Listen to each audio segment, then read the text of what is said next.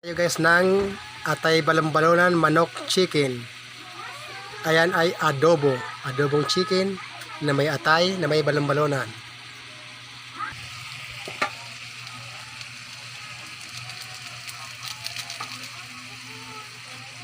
Lagyan ng paminta at kunting halo-halo para naman mahalo at maluto.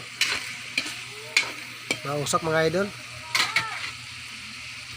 Lalagyan natin ng toyo para magkakulay. Kapag may kulay ang buhay.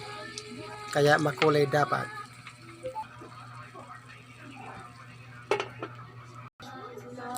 Ito naman mga guys, ito ang tawag sa amin na isdang hubad.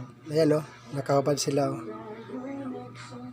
Nagawa kayo masarap na luto dyan guys. Siguro yung sinabaw, kaya adobo rin ano. Ayan guys o, nakahubad na sila guys. Yan ang tawag sa amin na isdang hubad.